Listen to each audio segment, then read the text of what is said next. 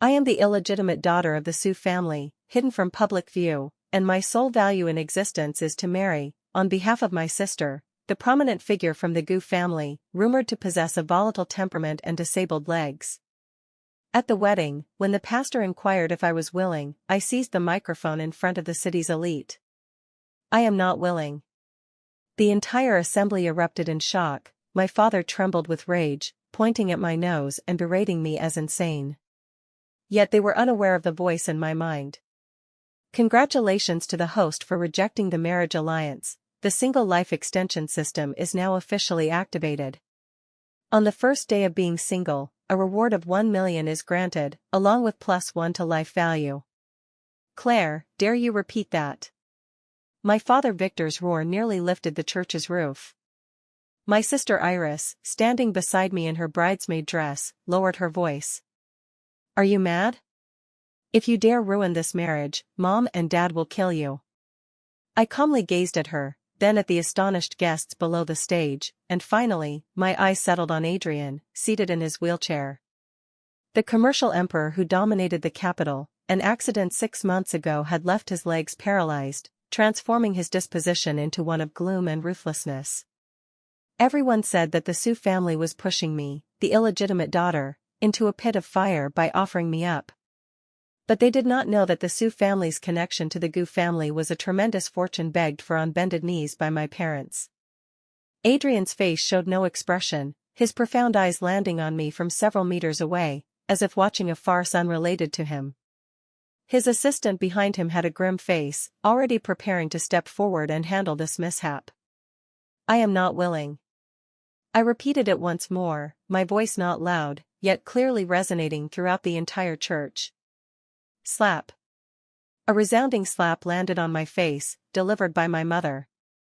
She rushed onto the stage, her body trembling as she pointed at me. You rebellious daughter. You truly are mad, you've disgraced the entire Sioux family. Hurry and apologize to Mr. Adrian. I licked the bloody taste at the corner of my mouth and smiled. Apologize? Why should I apologize? The marriage is mine. If I do not wish to proceed, must others force me?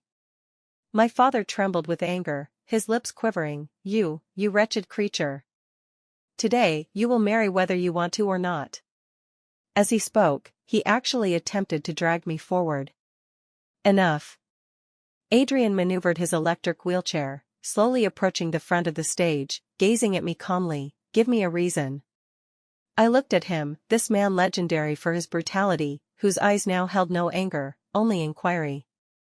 I took a deep breath and uttered the pretext I had prepared long ago. I do not like you, and even less do I wish to marry a disabled person.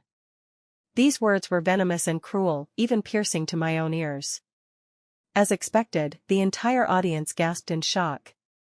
Victor's face turned completely pale, nearly fainting. Iris looked at me with eyes as if gazing upon a dead person. Adrian's gaze finally darkened. His assistant Ethan stepped forward, coldly stating, Miss Claire, one may eat carelessly, but words cannot be spoken recklessly. Our Gu family is not something you can insult. The atmosphere instantly plummeted to freezing point, yet I silently recited in my heart. System, settle. Ding. On the first day of being single, a reward of 1 million is granted, along with +1 to life value. The cash has been transferred to your anonymous account. The cold mechanical voice in my mind was my sole consolation at this moment. With money and life, what do I have to fear? I straightened my back, meeting Adrian's icy gaze. What I said is the truth. A forcibly twisted melon is not sweet, Mr. Adrian. This marriage, I will not proceed. After speaking, I lifted the hem of my wedding dress and, under the incredulous gazes of all, turned and walked away. I did not make it out of the church. 2 bodyguards in black suits blocked my path. My father Victor, with a trembling voice, said to Adrian, Mr. Adrian, please do not be angry, this child's mind is unclear. I will bind her and send her to you right away. Dad. Iris hurriedly pulled him back, her eyes glancing toward Adrian. Mr. Adrian, my sister is ignorant, please do not stoop to her level. Adrian ignored their father-daughter performance, merely looking at me with an inscrutable expression. Miss Claire, the wedding was something you agreed to yourself, now you publicly repent the marriage, are you toying with me? I clenched my fists, I am not toying with you. I have simply come to realize that in my life, I do not wish to depend on anyone. Is that so? Adrian chuckled lightly, though the smile did not reach his eyes. Miss Claire, I admire your pursuit of independence. However, everything comes at a cost. As soon as his words fell, Assistant Ethan stepped forward and said to Victor, Victor, according to the agreement, if the marriage alliance fails, the Sioux Corporation must compensate the GU Corporation with $10 billion in breach of contract penalties. Additionally, the GU Corporation will fully withdraw all investments and project collaborations with the Sioux Corporation. $10 billion. Victor's vision darkened, nearly collapsing. Iris's face also paled. The Sioux family's total assets amounted to no more than $2 or $3 billion, this $10 billion was driving them to their deaths. Victor thudded to his knees in Adrian's direction, Mr. Adrian, please show mercy. It's all this rebellious daughter's fault, if you must punish, punish her, it has nothing to do with the Sioux family. I watched his despicable demeanor coldly, feeling only disgust. This was my father, who, for the sake of benefits, could unhesitatingly push me out as a shield. My mother also wailed dramatically, Mr. Adrian, we will send her back to the room immediately, tonight she will be yours, please spare us. I watched this family's ugly display, my stomach churning. I turned to Adrian, this is my own decision, I will bear the consequences alone. Let my parents go, and let the Sioux family go. Adrian raised an eyebrow, seeming amused, you bear it? With what will you bear it? $10 billion, can you afford to repay it? I will repay it. I stated resolutely. The entire venue erupted in sneers.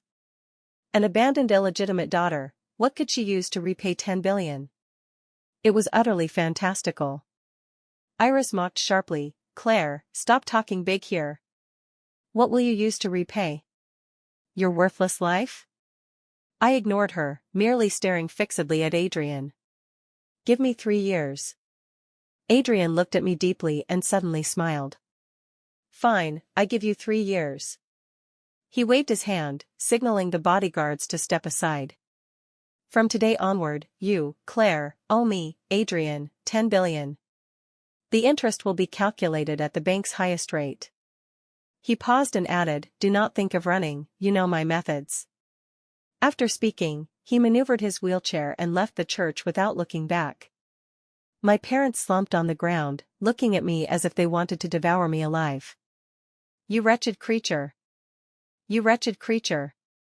Our Sioux family will be ruined by you. I did not glance at them again, lifting the expensive wedding dress and walking out of this cage-like church.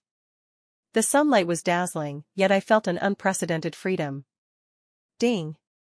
The host has successfully escaped the original family, rewarded with a luxury apartment set and +5 to life value.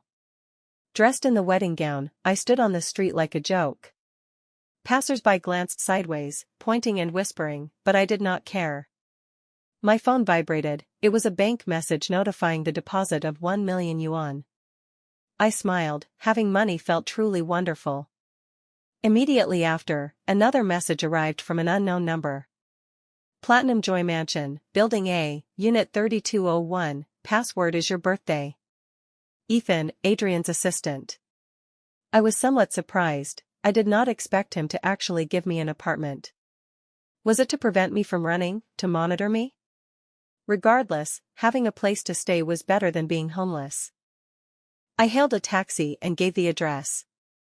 The driver glanced at me through the rearview mirror, hesitating to speak.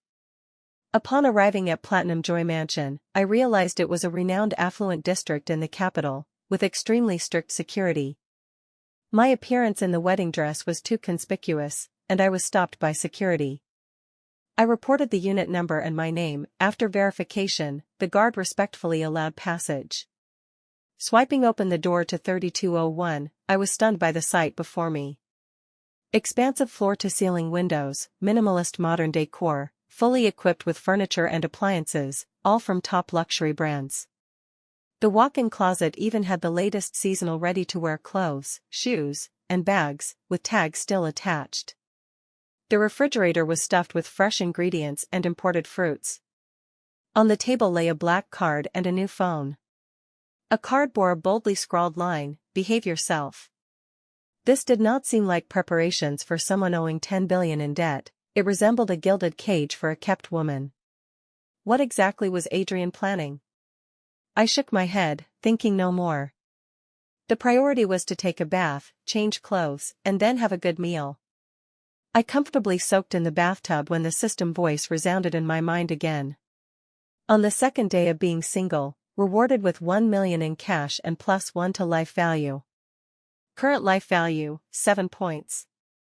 Current account balance, 2 million. Looking at my pale face in the mirror, a smile curved my lips. Before the wedding, I suddenly suffered acute heart failure. The doctor said I would not live beyond a month. It was this single life extension system that abruptly appeared, giving me hope to survive. As long as I remained single, I could live on and possess immense wealth. Pursuing men? Better to earn money for life extension and thrive alone in beauty. As I pondered, the doorbell rang. I was puzzled, who would come looking for me here? Wrapped in a bathrobe, I peered through the peephole. It was Iris. How did she know I was here? I opened the door. Iris stood at the entrance with an arrogant expression. She sized me up, her gaze landing on my bathrobe, eyes filled with jealousy and disdain. "Claire, you really have skills. Regretting the marriage yet still moving into such a place, have you latched onto another old man?" I leaned against the doorframe, lazily looking at her. "What's the matter?" Iris was infuriated by my indifferent attitude. "What's the matter?" "Of course there's a matter. Mom and Dad are nearly driven to death by you, the company is on the verge of bankruptcy, yet here you are, hiding and living carefree." As she spoke, she attempted to barge in. I extended my arm to block her. "This is my home, you are not welcome." "Your home?" Iris reacted as if hearing the biggest joke. "Claire, do not forget, Sioux family blood flows in your veins. You harmed the Sioux family, you must take responsibility." "Take responsibility? How? By going back to marry Adrian in your stead?" I sneered. "Iris, it was you who cried and shouted unwillingness to marry back then, now you blame me?" Initially, the marriage agreement between the Sioux and Gu families specified the eldest daughter of the Sioux family, Iris. It was she who despised Adrian's disability, throwing tantrums and threatening suicide, prompting our parents to turn their attention to me, the illegitimate daughter. They promised me that if I obediently married, they would give my mother a large sum of money for her peaceful retirement. For my mother's sake, I agreed. But just a week before the wedding, my mother suddenly died of a heart attack. And I, at that time, was diagnosed with the same heart condition. No one from the Sioux family came to see me. They only cared if I could appear at the wedding on time. From that moment, I completely lost faith in the Sioux family. What nonsense are you spouting?" Iris's eyes darted evasively. "That was because I had someone I liked. Unlike you, fickle and shameless." She grew increasingly agitated, her voice rising sharply. "Claire, I warn you, you had better hurry and admit your mistake to Mr. Adrian, beg him to spare the Sioux family. Otherwise, I will make sure you cannot stay in the capital." "Oh? Is that so?" I raised an eyebrow. "I would like to see how you make me unable to stay." After speaking, I slammed the door shut. From outside came Iris's furious curses, which I entirely ignored. Speaking even one more word to such a person was a waste of my life value. Early the next morning, my name trended on hot searches. Sioux family's illegitimate daughter publicly regrets marriage, humiliates disabled tycoon, ungrateful Claire, Sioux Corporation on the brink of bankruptcy. Clicking in, it was all curses directed at me. They said I despised the poor and loved the rich, regretting the marriage upon seeing Adrian's disability, labeling me an outright gold digger. There were also so-called insiders exposing that my private life was chaotic, having long hooked up with other men. Attached were several blurry photos of a girl resembling my figure, intimately posing with different men. I recognized at a glance that it was Iris. She was truly ruthless, willing to release her own scandals to frame me. The comment section was filled with abuse. Such a woman should be drowned in a pig cage. Pity Mr. Adrian, deceived by this wretch. The Su family must have had 8 lifetimes of bad luck to raise such an ungrateful wolf. Looking at these comments, not only was I not angry, but I found it somewhat amusing. This generation of netizens is truly easily swayed. I ignored the online storm and leisurely prepared a sumptuous breakfast for myself. Just after finishing, my phone rang from an unknown number. I answered, and an arrogant female voice came through. "Is this Claire?" "I'm Bella." "Bella?" I thought for a moment. She was Iris's rich second-generation best friend. "What's up?" "Claire, you're really something, daring to offend Mr. Adrian. Now the Su family is finished, are you satisfied?" Bella's tone was full of schadenfreude. I could not be bothered with her nonsense and was about to hang up when she spoke again. "However, this miss is in a good mood today and can point you to a way out." "What way out?" 8 o'clock tonight, Dynasty Club, Thompson's gathering. Thompson likes your type, pure yet with a touch of wildness. If you serve him well, let alone 10 billion, he would give you 20 billion. The Dynasty Club is the capital's infamous money pit. That Thompson, I had heard of vaguely, a greasy old man in his 50s who played very loosely. Iris and Bella were pushing me into the fire pit. "What? Afraid to come?" Bella taunted. "If you still want to survive in the capital, come obediently. Otherwise, bear the consequences." After speaking, she hung up. Looking at my phone, my gaze turned cold. Did they think I was still the old Claire who could be manipulated at will?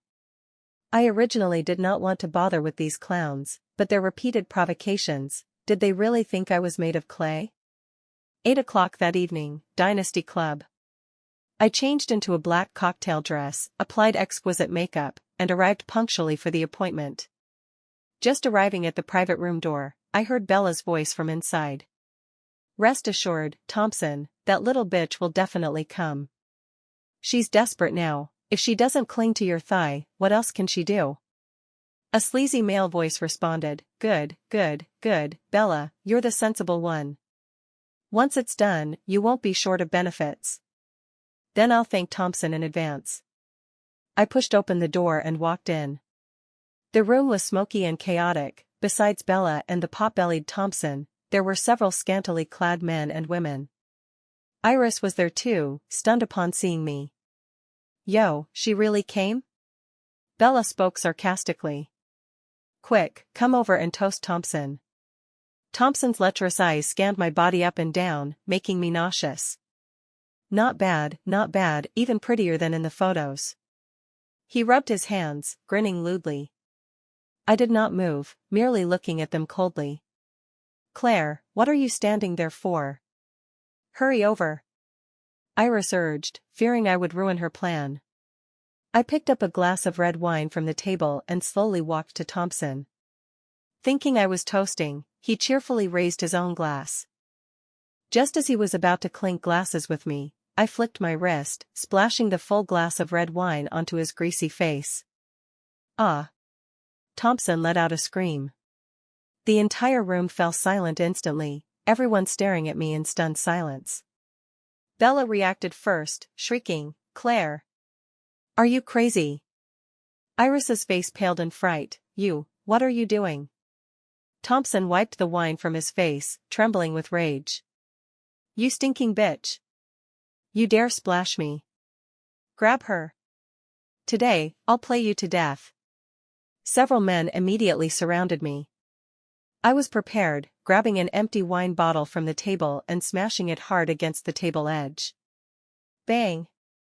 The bottle shattered. I gripped the remaining half, the sharp glass edge aimed at the foremost man. "Who dares come closer?" I coldly shouted. Those men were intimidated by my aura, hesitating to advance. Thompson roared in fury, "Useless! A bunch of useless! Get her!" If anything happens, I'll take responsibility. At that moment, the room door was suddenly kicked open from outside. I dare see who moves her. A cold voice rang out. I looked toward the sound and was completely stunned. Adrian? How was he here? He was still in that custom wheelchair, followed by the expressionless Ethan and several black-clad bodyguards. His appearance instantly dropped the room's atmosphere to zero. Upon seeing Adrian, Thompson's anger instantly turned into a fawning smile. Mr. Adrian? How did you come? He said while frantically wiping the wine stains from his face. Adrian ignored him, his gaze fixed directly on me. Seeing the broken bottle in my hand, his brows furrowed imperceptibly. Come over. I hesitated but put down the bottle and walked behind him. Thompson, seeing this, felt a thud in his heart and probed, Mr. Adrian, you and this miss are. My person, Adrian stated flatly, his tone brooking no argument. Do you have an opinion? No. I wouldn't dare. Thompson waved his hands in fright. Misunderstanding, all a misunderstanding. I didn't know this miss was your person, I was blind. As he spoke, he glared fiercely at Bella and Iris. Bella and Iris were already scared silly. They could not imagine that I, publicly humiliated by Adrian and burdened with 10 billion in debt, could still receive his protection. Iris's face was ashen, her body swaying. She looked at me, her eyes filled with shock and jealousy. Adrian turned his wheelchair to face Thompson. My person, you dare touch? Mr. Adrian, I was wrong. I really was wrong. Thompson knelt with a thud, kowtowing non-stop. Please, sir, be magnanimous and spare me this time. Adrian sneered, Ethan. Yes. The Jean Corporation, I do not wish to see it in the capital tomorrow. Yes. Ethan nodded. Upon hearing this, Thompson completely collapsed to the ground, his face ashen. One sentence could decide a company's fate. This was Adrian's power. Adrian did not glance at him again, turning his gaze to the trembling Bella and Iris. And you too. Bella's legs weakened in fright, kneeling down, Mr. Adrian, it's not my fault. It's all Iris. Iris made me do it. Iris looked at her best friend in disbelief. Oh? Adrian's gaze landed on Iris. Do you have anything to say? Iris met Adrian's cold gaze, scared out of her wits. She threw herself at Adrian's wheelchair, crying and begging, Mr. Adrian, I was wrong. It was all jealousy toward Claire, I was momentarily confused. Her words were cut off by Adrian. Is Claire a name you can call? Iris was stunned, then quickly corrected, no. It's, my sister. Adrian's gaze grew colder. Ethan, slap her. Yes. Ethan stepped forward and mercilessly slapped Iris's face. Slap. The crisp sound echoed in the room. Iris's face instantly swelled, blood flowing from her mouth corner. She clutched her face, looking at Adrian in disbelief. I stood aside, feeling only absurdity. The man who wished me dead 1 second was standing up for me the next. Adrian, what exactly do you want? Get out. Adrian uttered one word. Iris and Bella, as if granted amnesty, scrambled out of the room. The room was left with only me, Adrian, and his people. The atmosphere was awkward. I lowered my head, unsure what to say. Hand. He suddenly spoke. I was stunned, then realized he meant the hand that held the bottle earlier. I opened my palm, a thin blood mark was evident. It must have been accidentally cut when smashing the bottle. Adrian frowned, taking a handkerchief from his pocket and handing it to me. Idiot. He muttered. I took the handkerchief, silently pressing the wound, and said thank you. He said no more, maneuvering the wheelchair to leave. I followed behind, exiting the Dynasty Club. At the entrance, a black Rolls-Royce waited. Ethan opened the door, Adrian boarded. I thought he was leaving and was preparing to hail a taxi home when he suddenly said, "Get in." I hesitated. What? Want to be cornered by others again?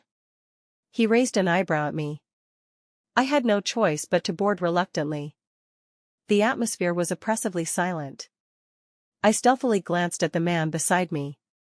His eyes closed, leaning against the seat back, his profile appeared particularly cold and rigid in the dim light. Why did he help me today? Was it because of that phrase, my person?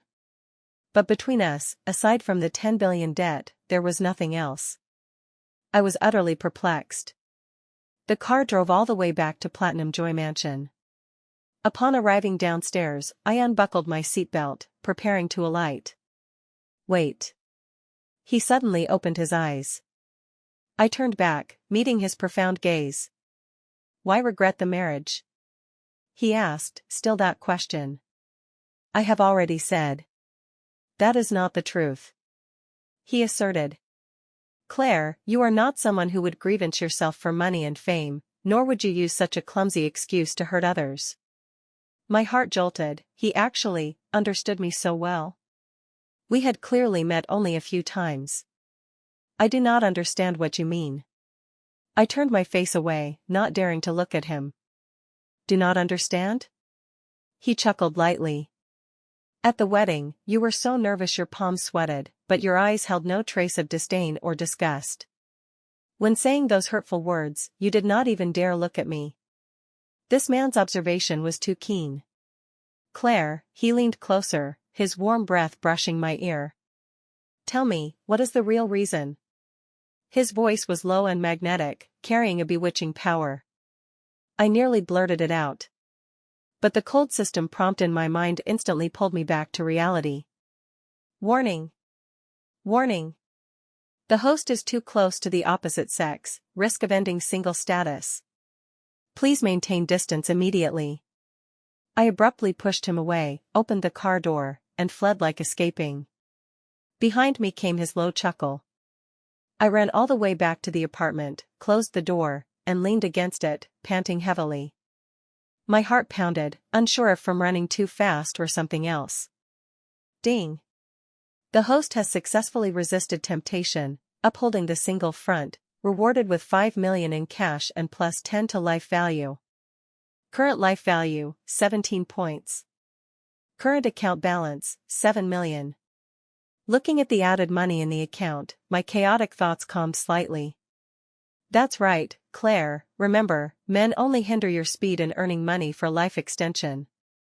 Adrian must absolutely not be touched. In the following days, Adrian did not appear again. My life returned to calm.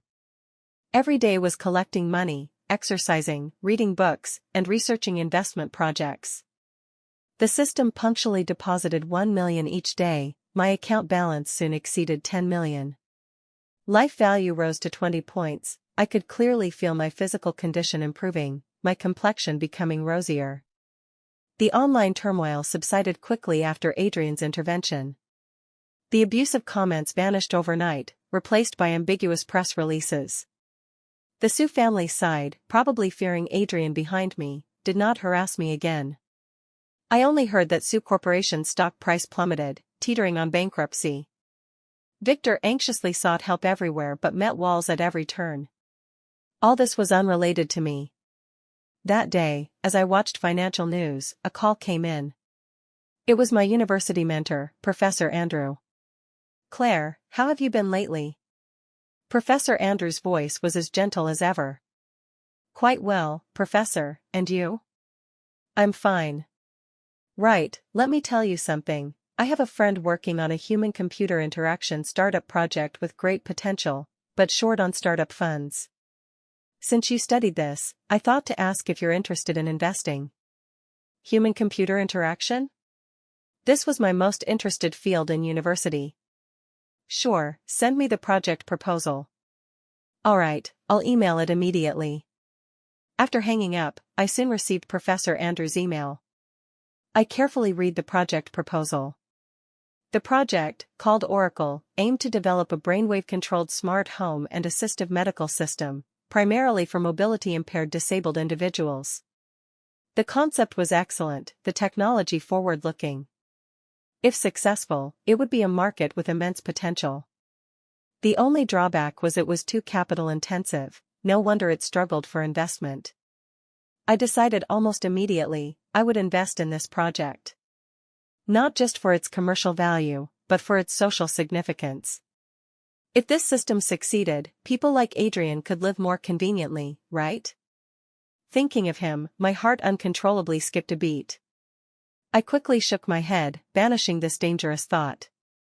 I called Professor Andrew back, expressing my willingness to invest. Professor Andrew was delighted and immediately arranged a meeting with the project founder. The meeting place was a coffee shop. I arrived early, finding a window seat. Soon, a man in a white shirt and gold-rimmed glasses approached. "Hello, are you Miss Claire?" I'm introduced by Professor Andrew, "My name is Evan." The man looked refined, with shallow dimples when smiling, giving a refreshing feeling. "Hello, Mr. Evan." I stood and shook his hand. We sat and began discussing the project. Evan was a tech geek, once on his specialty, he spoke endlessly, eyes shining. I listened attentively, occasionally offering my views. We conversed congenially, unaware that over an hour had passed. "Miss Claire, you are truly my soulmate." Evan excitedly grasped my hand, "Many of your ideas align perfectly with mine. I've sought so many investors, they only care about when they'll profit. Only you truly understand my project." I uncomfortably withdrew my hand and smiled, "I just think this project is very meaningful." Chatting quite happily, I looked up and met Adrian's expressionless face. Unbeknownst when he arrived, he looked down at us, his eyes holding emotions I could not fathom. Ethan pushed his wheelchair, standing behind with a serious face.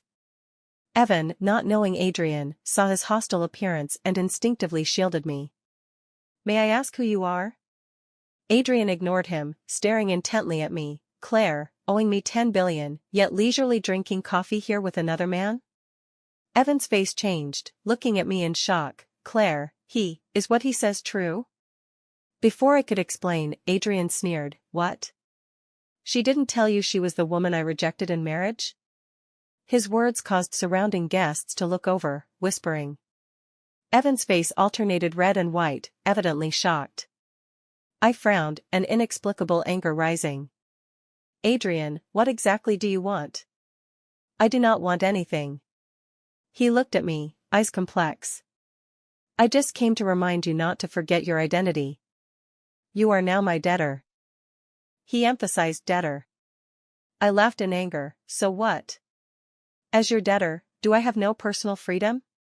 Not even allowed to drink coffee with a friend?" "Friend?" He glanced at Evan, eyes contemptuous. "Found a replacement so quickly? Your taste is not great." "You." I was so angry I could not speak. Evan could no longer hold back, standing up, "Sir, please speak respectfully. Miss Claire and I are only discussing work." "Discussing work?" Adrian laughed as if hearing a joke. "Does discussing work require holding hands?" He referred to the moment Evan excitedly grasped my hand. Evan was at a loss for words. I took a deep breath, suppressing my anger, and said to Evan, "Mr. Evan, sorry to let you see this. We'll discuss the investment another day." Then, I turned to Adrian, coldly saying, "Mr. Adrian, if there's something, let's discuss outside, don't affect others here." After speaking, I grabbed my bag and left the coffee shop without looking back. Adrian followed out. I stopped, turning to look at him. "What exactly do you want? Does humiliating me make you happy?" "I did not humiliate you." He looked at me, eyes complex. "I just do not want to see you with other men." I was stunned. Was he jealous? This thought was immediately suppressed. Impossible.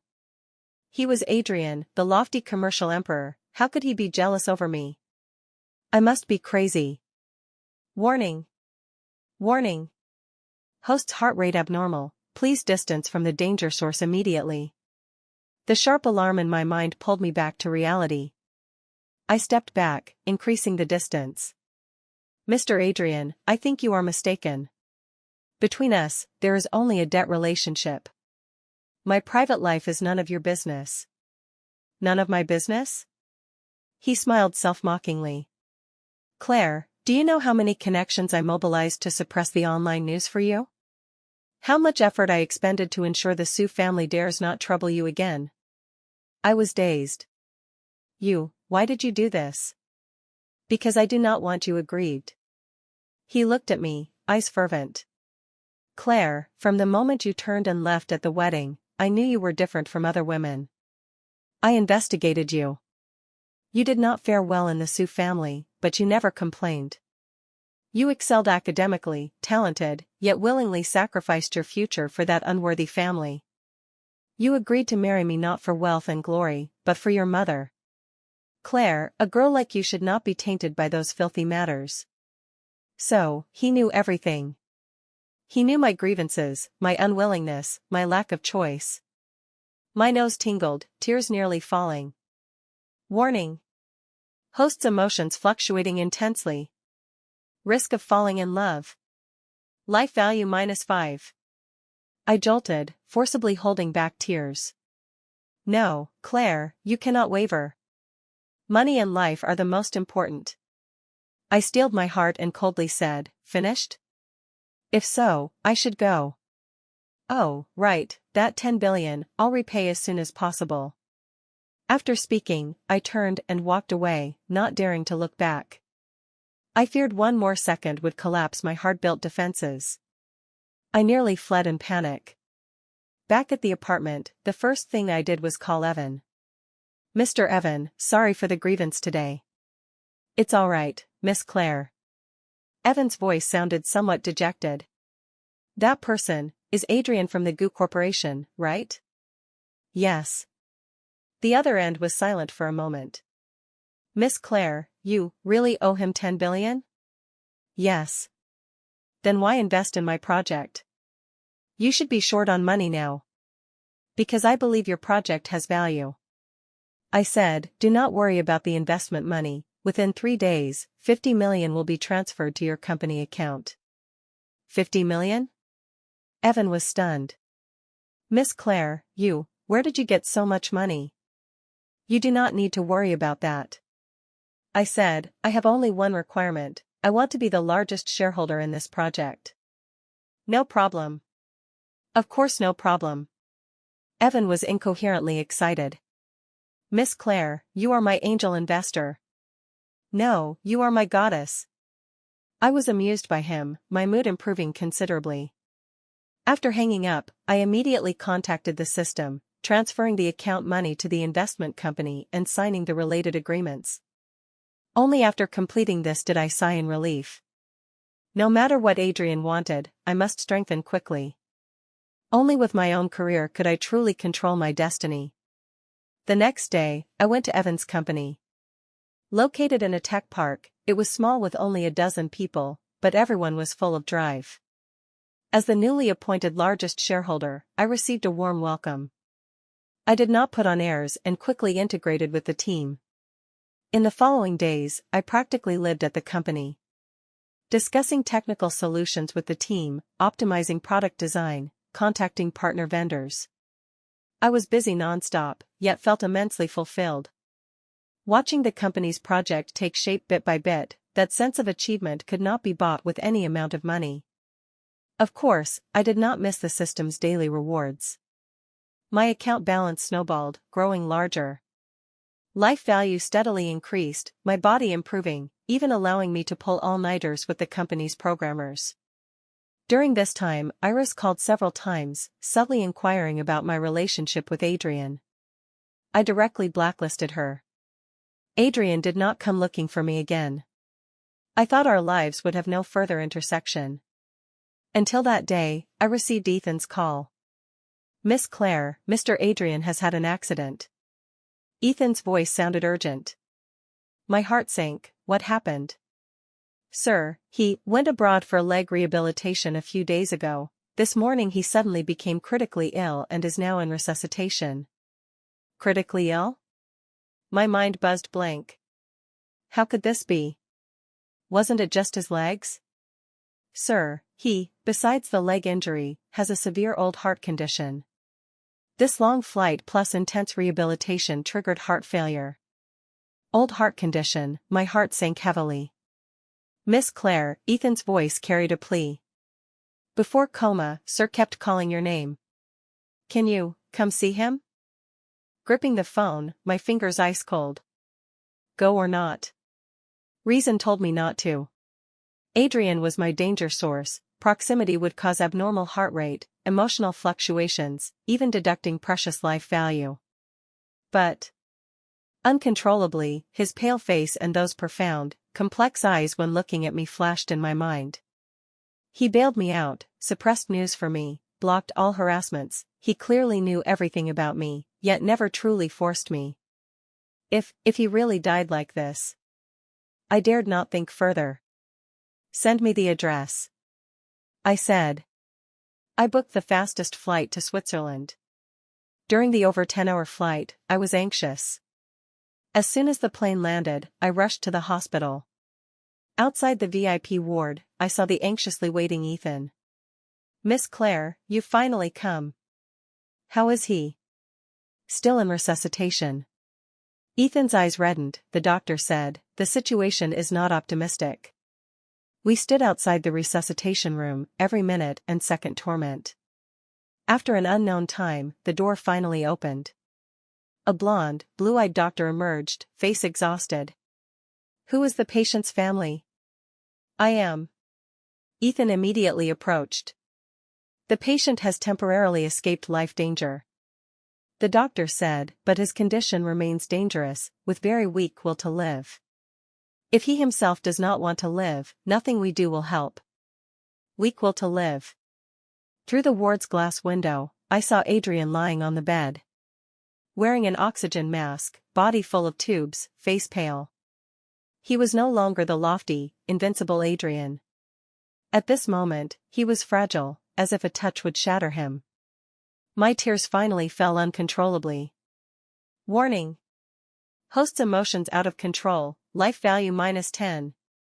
The cold system prompt rang in my mind, but I ignored it. I pushed Ethan aside and rushed into the ward. I gripped his ice-cold hand, pressing my face to its back, sobbing. Adrian, wake up, you cannot die, you said I owe you 10 billion, you haven't collected yet. Wake up, I'll tell you everything, tell you why I regretted the marriage. I babbled incoherently, tears wetting his hand back. Unsure of illusion, I felt his fingers move slightly. Adrian ultimately woke, on a dusk 3 days later. I dozed at his bedside, groggily. I felt someone gently stroking my hair. I awoke abruptly, looking up to meet his gentle eyes. You're awake, I exclaimed in joy, tears flowing again. He tried speaking but could not due to dry throat. I quickly poured water, wetting his lips with a cotton swab. Do not speak, rest well. He looked at me, then slowly raised his hand, gently wiping my tears with his fingertip. His action was slow and light, yet like an electric current, instantly striking my heart. Warning! Warning! Heart rate too fast. Life value -2. I quickly stepped back, distancing. He looked at me, eyes dimming. What you said, is it true?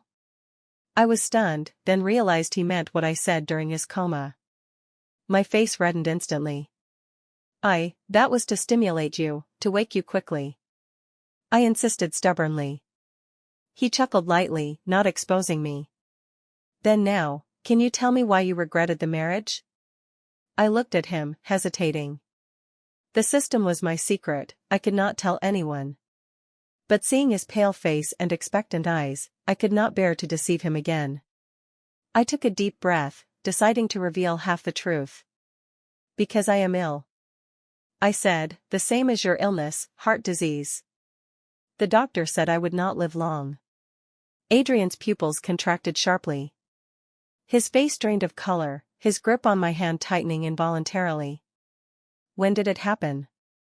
A week before the wedding. Why not tell me? His voice trembled slightly. What use telling you? I smiled self-mockingly.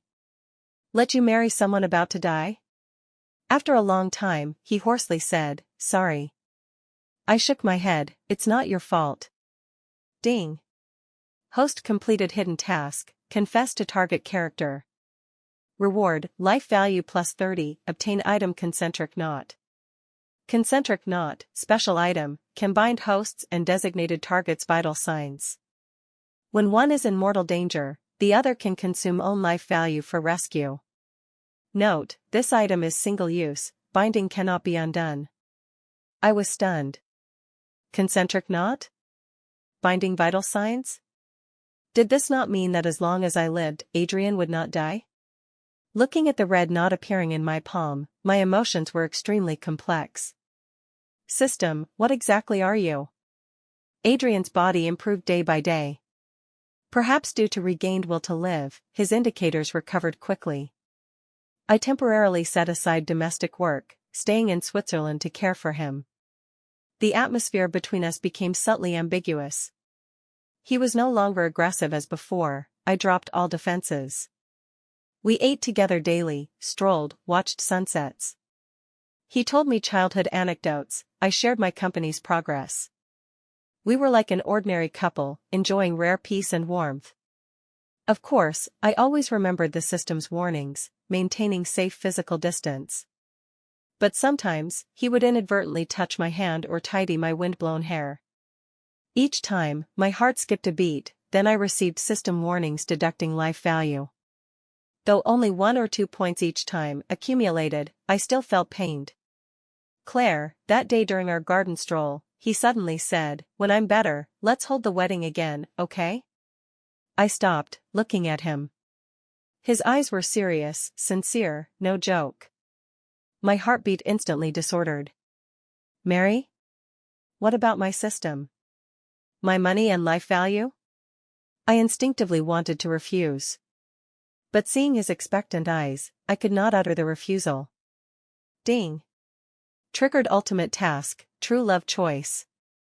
Option 1, accept Adrian's proposal. Task success, system auto-dissolves, host loses all money and remaining life value, returns to ordinary life. Option 2, reject Adrian's proposal. Task success, reward 10 billion cash, life value plus 1,000. Host will completely sever ties with Adrian, never meet again. Please choose within 24 hours. My mind buzzed, I stiffened entirely. What? Accept proposal, system disappears? Then all my hard-earned money and life value gone? I'll revert to the Claire who could die of heart failure anytime. No, I cannot accept.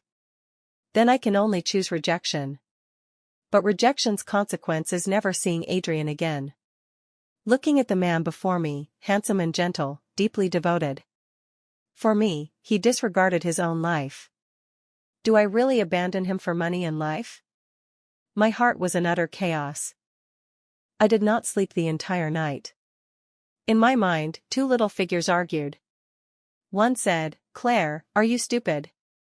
Of course choose money and life. With these, what man can't you have? Why abandon the whole forest for one Adrian? The other said, but can you really let him go? Have you forgotten all he did for you? Money gone can be re-earned, life gone, is truly gone. But if together with him, even if life's short, it's happy, isn't it? I irritably clutched my hair, trapped in dilemma. Early next morning, with 2 large dark circles, I went to Adrian. He was reading files, seeing me, he immediately set them down. What's wrong? Didn't sleep well? I looked at him, took a deep breath, finally deciding. Adrian, I cannot marry you. His smile froze. The light in his eyes dimmed bit by bit. Why? Because. I steeled myself, uttering the prepared excuse, I cannot forget Evan. Evan? He was stunned.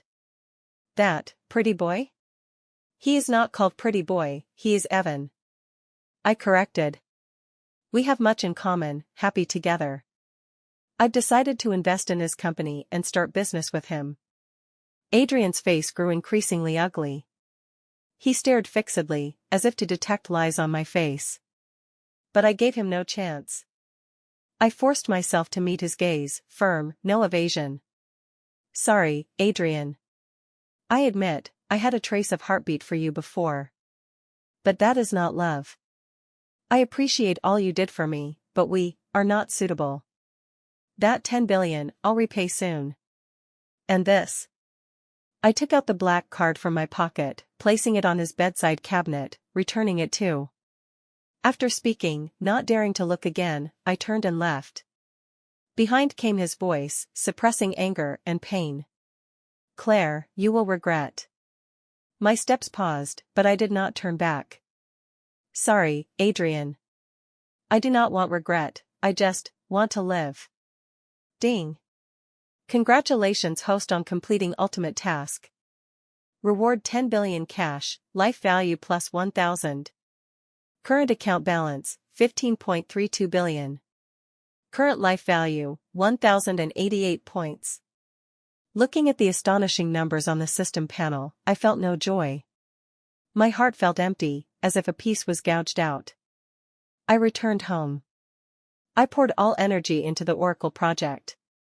Under Evan and my joint efforts, the project progressed smoothly.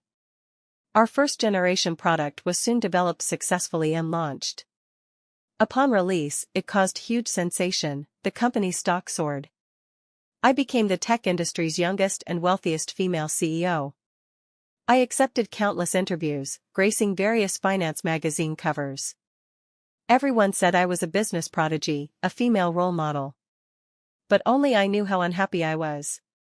Every night I dreamed of Adrian. Dreamed of him on the hospital bed, pale and fragile.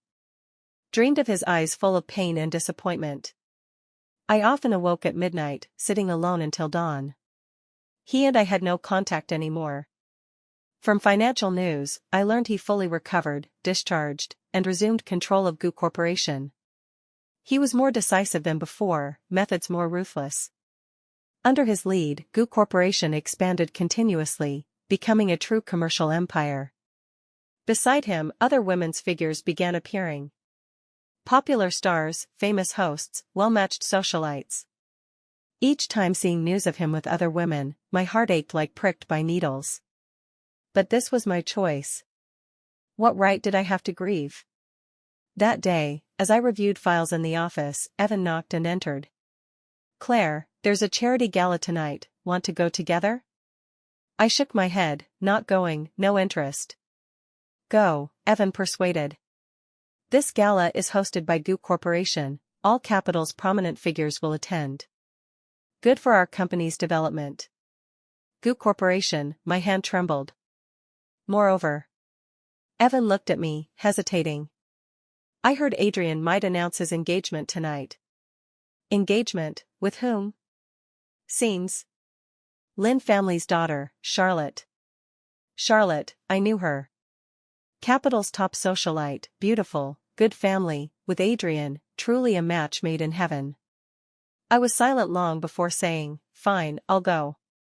At the gala, in appropriate evening gown, arm in Evan's, I appeared. My presence immediately drew all attention. After all, Adrian and my regretful wedding farce remained a talked-about topic in Capital's high society. I saw Victor and Iris. Seeing me, their eyes complex, wanting to approach but daring not. I also saw Bella, hiding in the crowd, not daring to look. I even saw Thompson, now just a small company boss, scared to detour upon seeing me. Things changed, people different, yet I felt no happiness. Finally, in the venue's center, I saw him. In sharp black suit, posture erect, aura powerful. His legs fully healed, no trace of disability. He held a wine glass, chatting amiably with Charlotte beside. Talented man, beautiful woman, like a perfect pair. He seemed to sense my gaze, looking over. Our eyes met, his cold and unfamiliar, as if we never knew each other. I awkwardly turned away, heart aching intensely. At that moment, the gala host took the stage. Ladies and gentlemen, good evening. Tonight, we have a special segment. Our Adrian has an important announcement. All lights focused on Adrian. Holding Charlotte's hand, he slowly ascended the stage. My heart rose to my throat. Was he really announcing the engagement? Adrian took the microphone, gaze sweeping the venue, finally landing on me. Looking at me, he slowly spoke. Today, what I announce is not my engagement. The venue erupted. Charlotte's face instantly turned ugly. What I announce is, Adrian's gaze never left me, I want to collect a debt from a lady. He paused. Claire, the 10 billion you owe me, when will